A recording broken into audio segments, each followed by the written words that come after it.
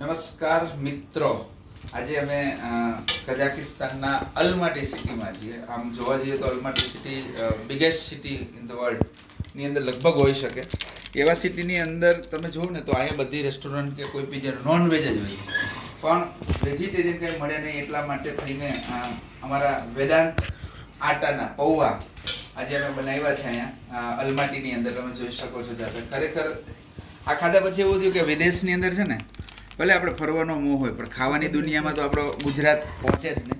અને એમાંય ખાસ કરીને વેદાંત આટા આના જે પૌવા છે ને એનો જે ટેસ્ટ છે ખરેખર બહુ અદ્ભુત છે. એટલે તમે પણ મિત્રો જ્યારે બહારની ફોરેન ટ્રીપ કરો ત્યારે ચોક્કસ વેદાંત આટા, વેદાંત રવો, વેદાંત પૌવા, વેદાંત બેસન ભજીયા બનાવવા માટે ચોક્કસ તમે એકવાર એનો પેકેટ લઈ જશો તો અફલાતું નાઇટ્રોજન પેકિંગ છે, એટલે જોરદાર રહેશે. એટલે ચોક્કસ તમે વેદાંત આટાનો સંપર્ક કરજો અને એની પ્રોડક્ટને પરચેસ કરી અને તમે જ્યારે બહાર જશો ત્યારે તમને ખરેખર એનો અહેસાસ થશે કે ખરેખર આ દેશી વસ્તુ ખાવાથી શું બેનિફિટ છે.